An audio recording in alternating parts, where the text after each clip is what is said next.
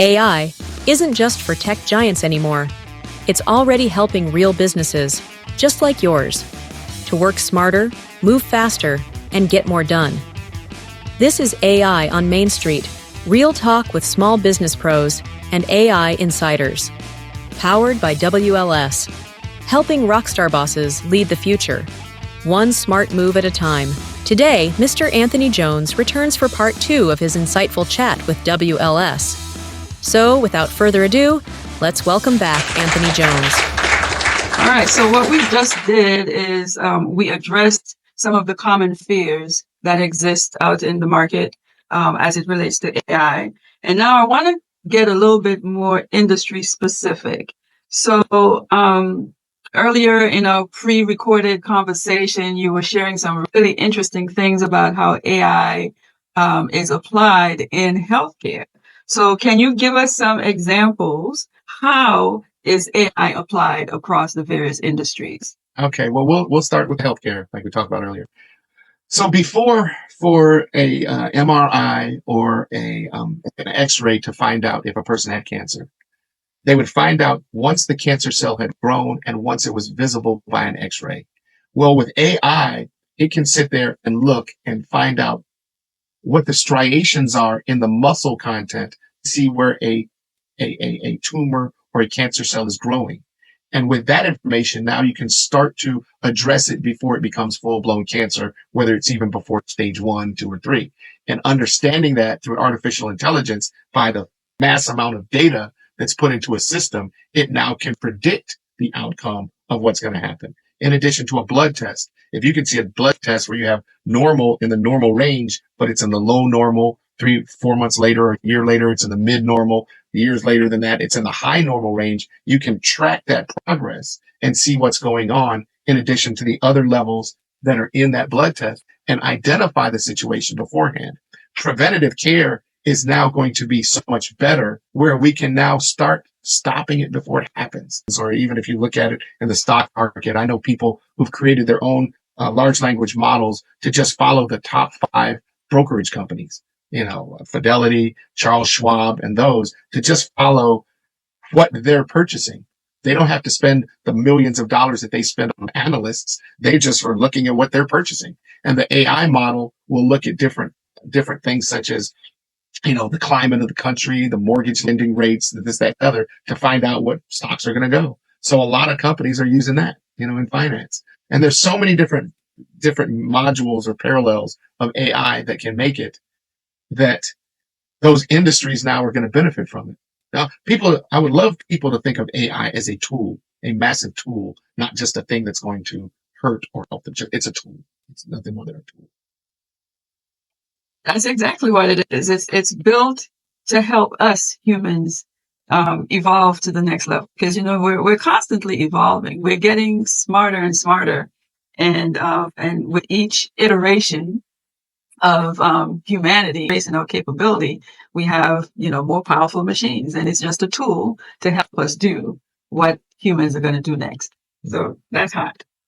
All right. So this week in my social media and blog, I am featuring AI tools. I'm highlighting some AI tools that are, easy to use and help really change the game for small businesses. So what are some of your favorite AI tools and platforms that you use that you feel, are well suited for small businesses, to really change the game for us? Okay, well, you've got the 3 major ones that have been designed: ChatGPT, Claude, and Gemini. Okay, those are conversational. Well, they're not conversational. They're AIs that you can go in and put questions and develop stuff. I like HeyGen. HeyGen is a good AI, and it is a video where you can sit there and talk for about 5 minutes, or not even 5 minutes, 2 minutes. And if you talk and you sit there and you have your facial expressions and you just move your head back and forth a little bit, now all you have to do is put a script in, and that video of you will do all the talking. That's crazy. Yeah. That's crazy. I haven't heard of that one. So tell me. Hey Gen is that. Hey Gen just does that. If people go to the Hey Gen, they'll see it. So NVIDIA, can you spell it? it's HEYGEN. Hey Gen. G-E-N. Mhm. Okay. I'm definitely going to check that. AI, it's a AI spokesperson video generator. Um, NVIDIA AI. I like NVIDIA AI. NVIDIA AI is also one of those that creates those many times seen, um, what is it? Instagram posts and things like that, where you can type in content and it will create the entire video for you by pulling different data and different sources from different, locations, and it'll create the video. It won't be like stop action.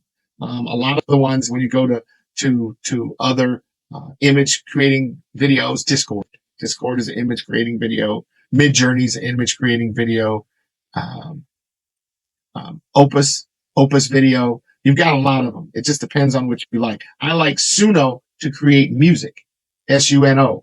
And if you type in what you want, then it will give you the words, the background music, everything that is all yours, royalty free, and all you have to do is download it and use it.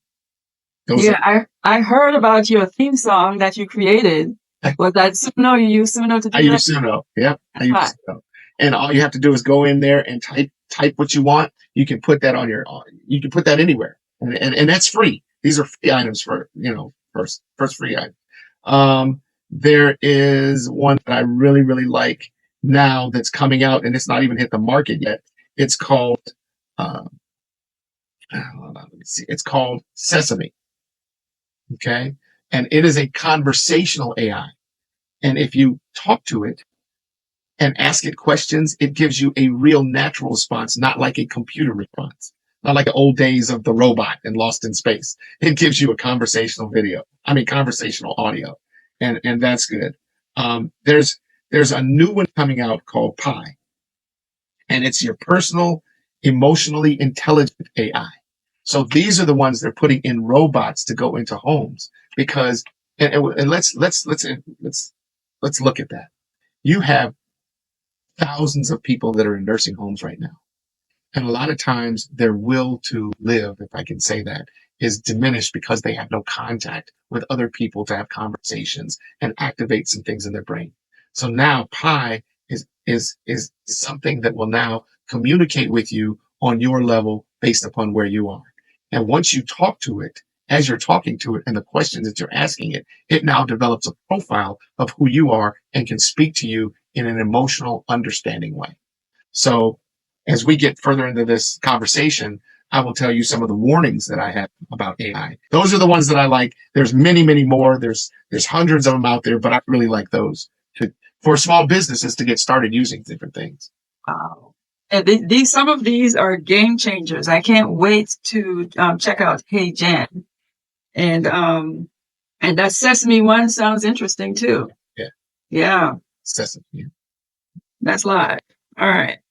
So let's talk about overcoming some of the implementation challenges that might exist for a small business.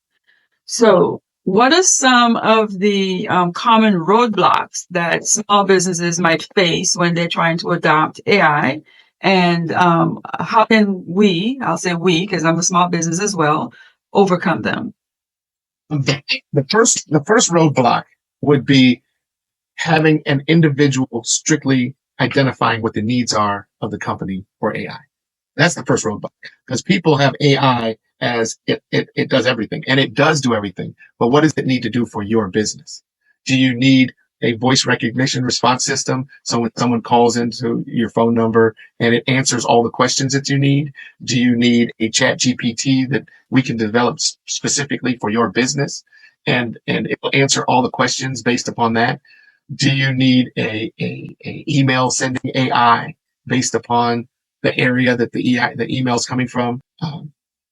Those are things that are important to the cost base of it. But as I said, you can get a lot of those for little to nothing when it comes to creating that AI. Yep. Basically, what I heard very clearly is AI can do everything for you, but you got to tell it what you want it to do. It doesn't know where to start unless you give it a point at which to start. There's a lot of solopreneurs, people who are, they're the only person in their business. And so all of the intelligence of the business lies in their head. Mhm. So AI can really come in and help, organize things, but you've got to feed it some of that information that's in your head. Right. So And you got to tell it, you got to give it a starting point. the stumbling block, I would think, certainly if businesses aren't going to hire companies like us, they've got to take the time to write out a sheet of what they need. Okay. And after this, I'll send you something to give you an idea what to look at. And once they have that sheet and they've added all that data in there, now all they have to do is just upload that Word document or PDF into the AI. And now you've trained it to understand what it needs and how to answer the questions that they're looking for. So the first roadblock would be somebody, a small business owner, sitting down and writing out what the company is about, not a business plan, because business plan is the business. You have to write the AI so it understands what you need for it to write a business plan and to continue to talk to the people that you need to talk to based upon what your company does. That's the first roadblock. And that's a free roadblock. You can write it down and upload it, and that's free. That information comes back to you free, and it'll give you identifiable times. Then if you expound on it, say, I have a 6-month time frame to get this done. What do I need to do each and every month? And what are the benchmarks that will allow me to go to the next month? And so now the AI will come out with all the different things you need to do. And then you, as a business owner, before you even spend one penny, check off those different items before you even pick up the phone and call us. Because that's all we're going to do. We're going to send you the questionnaire of how to do it. And then once we put it in ours, because we have multiple large language models that will identify different industries.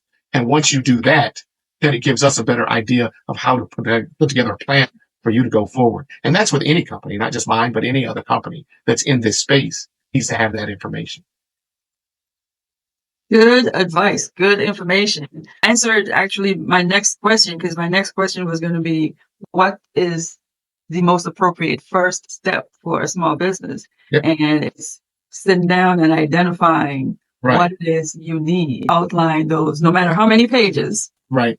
And feed that to the AI. And that's called training it, guys. We train it to understand our business so that it can then give us the output that we're looking for, to take our businesses to the next level. Mm-hmm. Hot. Whew. Fire.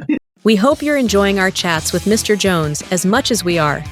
Join us next episode as he wraps up this phenomenal session in part 3 of his interview here with us at AI on Main Street.